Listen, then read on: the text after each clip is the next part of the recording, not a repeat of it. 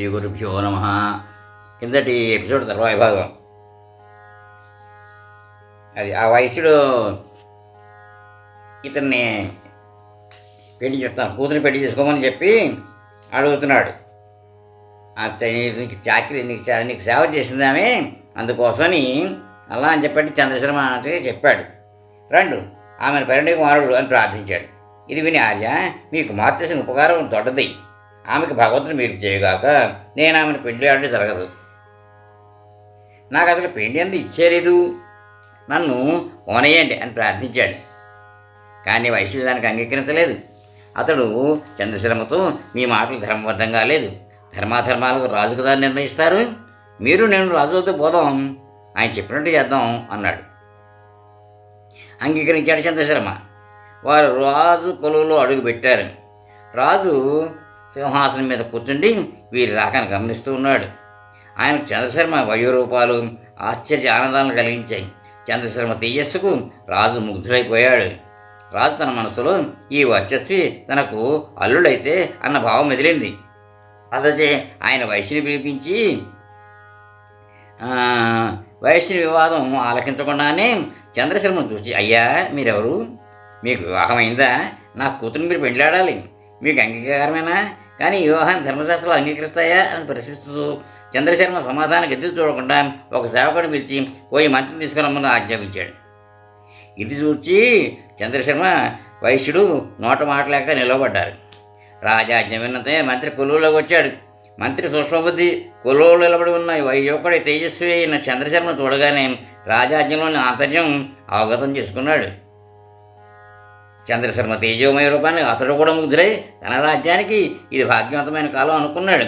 ఆయన విషయం అంతా వివరంగా తెలుసుకుని చంద్రశర్మ, బ్రాహ్మణుడు కనుక తొలుత బ్రాహ్మణ కన్యను పెండ్లాడి పిదప క్షత్రియ వైశ్య కన్యలను క్రమంగా పెండ్లాడవచ్చును, ఇది ధర్మశాస్త్రం అంగీకరించిన విషయమే అని చెప్పి చంద్రశర్మ ఏం చేస్తాడు? అతడు తన ముగ్గురు భార్యలకు పుత్రోత్పత్తి అయినంతనే తన దారిన తాను పోతాను అన్నాడు. రాజు దానికి అంగీకరించాడు. చంద్రశర్మ ముగ్గురు కన్యలను పెండాడాడు. శాస్త్రం మొదటి కుమారుని ధర్మజుడని, తర్వాత వారి కామజుడని పేర్కొన్నది. ధర్మజుడు అంటే ధర్మం అనుసరించి జన్మించినవాడు. అట్టివాడు మొదటి పుత్రుడే. తర్వాతి వారు కామలకు జన్మించారు. కర్మకు అధికారం జ్యేష్ఠపుత్రునికే శాస్త్రాలు నిర్దేశించాయి. అంతేకాదు తల్లిదండ్రులు సంపాదించిన ఆస్తి మీద ప్రథమ పుత్రునికే అధికారం. ఏమంటే చిరస్థిరమైన ధర్మంతా ధర్మానుష్ఠానం కొరకే వినియోగించబడాలి. అట్టి ధర్మానుచరణానికి అధికారం ధర్మజ్ఞుడైన ప్రథమ పుత్రునికే ఉన్నది, ఇతరులకు లేదు. ఇతరులకు శరీర సంరక్షణ చేస్తే చాలు. కేరళ దేశంలోని నంబూదిరి బ్రాహ్మణ కుటుంబాల్లో నేటికి ఆస్తికి ప్రథమ పుత్రుడే హక్కుదారుగా ఉన్నాడు. కాగా కావలసిన ధర్మానుష్ఠాన యోగ్యత కల ఒక్క కుమారుడే, పలుమంది కాదు. కొంతకాలానికి చంద్రశర్మకు ముగ్గురు భార్యలందు ముగ్గురు పుత్రులు ఉదయించారు. వెంటనే చంద్రశర్మ తనకు వ్యాకరణం నేర్పిన గురువు బద్రికాశ్రమంలో ఉన్నట్టు తెలుసుకుని బయలుదేరాడు. నెమ్మదిగా పయనించి ఆయన వద్దకు చేరాడు.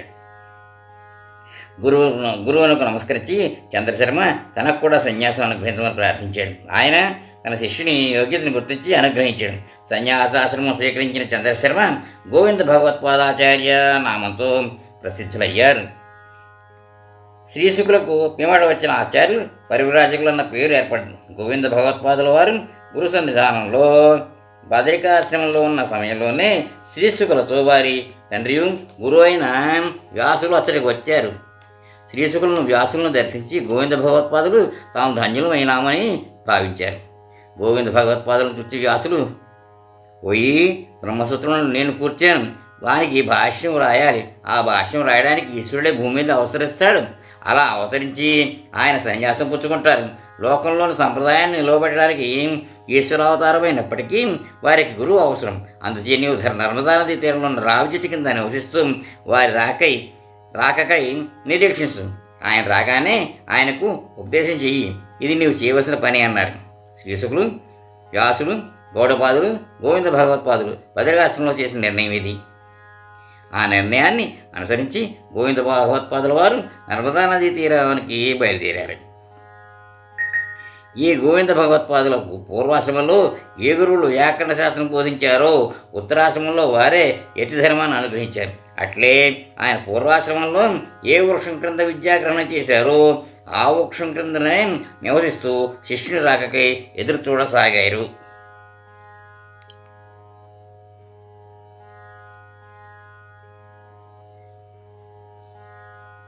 నటరాజ ధర్మశనం వల్ల వెన్నుని హృదయంలో ఆనందం నిండింది.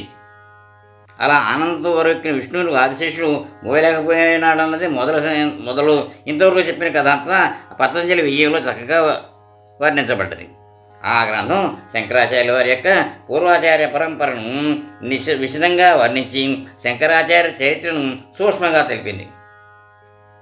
ఆ గ్రంథంలో శంకరాచార్య చరిత్ర అత్రాంతరే నక్ర గృహీతపాద ఇత్యాది శ్లోకంతో మొదలవుతుంది. ఆ తర్వాత శంకరులను మొసలు పట్టుకుంటం, గోవింద భగవత్పాదుల కడకు దిగ్విజయము, అద్వైత భాష్య రచనము ఉన్న విషయాలు వర్ణింపబడ్డాయి.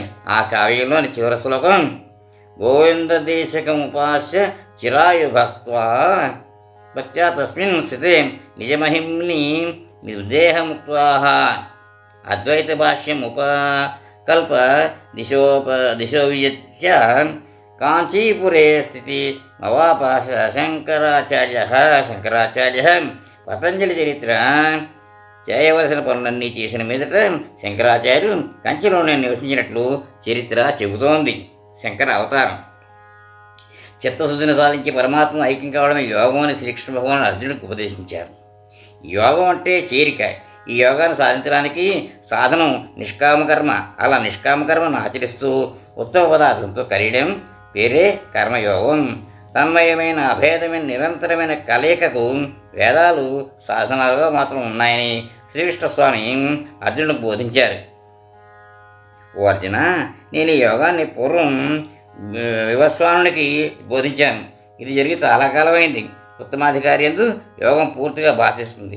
ఆ వివస్వానుడు ఉత్తమాధికారి, కానీ అతని తరువాతి వారు అంతగా పంటకు వచ్చిన వారు కాదు. పరంపరగా వచ్చే యోగము ఉత్తరాధికారి లేక నేడు జీర్ణావస్థకు చేరుకుంది. అందువల్లనే దాన్ని ఉద్ధరించుటకే నేను వచ్చాను అని ఆ తర్వాత శ్రీకృష్ణ స్వామి చెప్పిన మాట.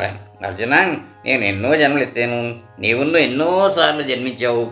ఈ జన్మలకు గురించి నీవు ఎరగవు, ఈ జన్మల గురించి నీవు ఎరగవు, కానీ నేను ఎరుగుదును అని అనగా, ఏనాటి వాడు అయినా వివస్వానులకు నేటి నీవు యోగమును బోధించడెట్లు అని అర్జున మానసంలో ఉండే ప్రశ్నకు సమాధానంగా భగవంతుడు పై మాటలు చెప్పారు.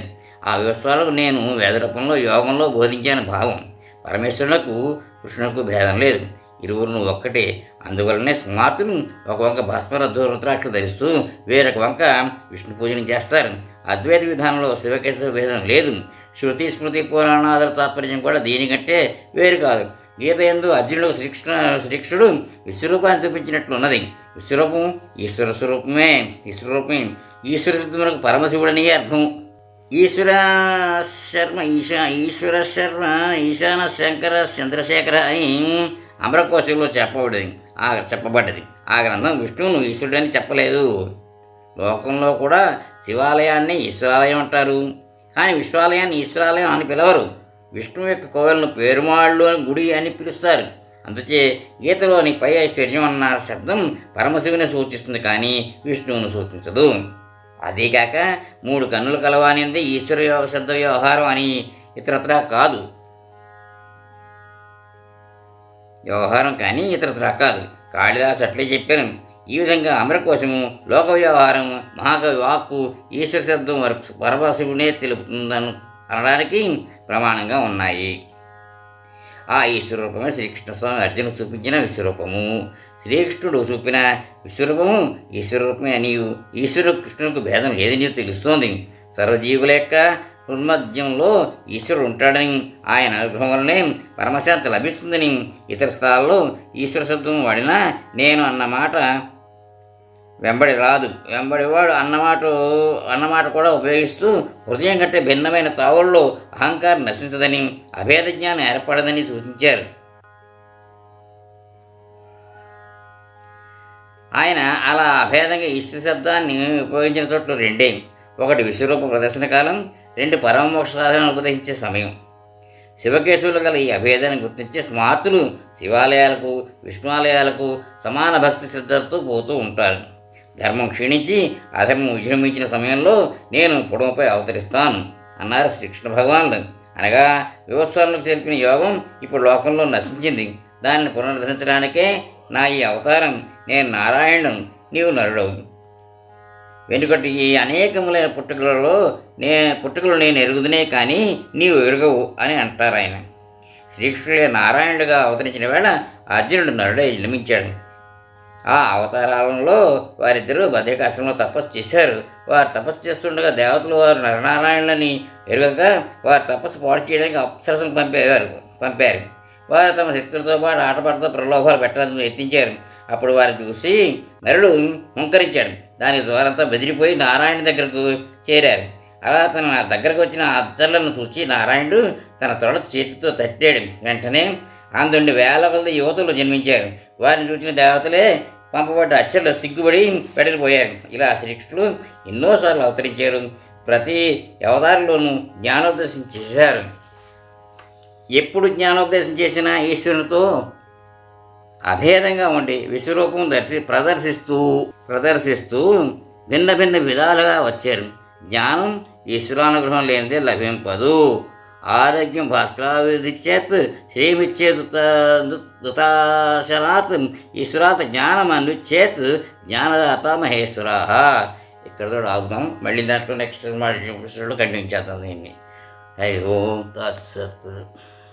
ఏమండోయ్, ఇప్పటివరకు మన ఛానల్కి సబ్స్క్రైబ్ చేసుకోకపోతే ఈ క్షణమే వెంటనే సబ్స్క్రైబ్ చేసుకుని ఆ పక్క నుండి బెల్ బటన్ని మ్రోగించండి. అప్పుడు నేను చేసే అప్డేట్స్ అన్నీ మీ ముందు ప్రత్యక్షమవుతాయి.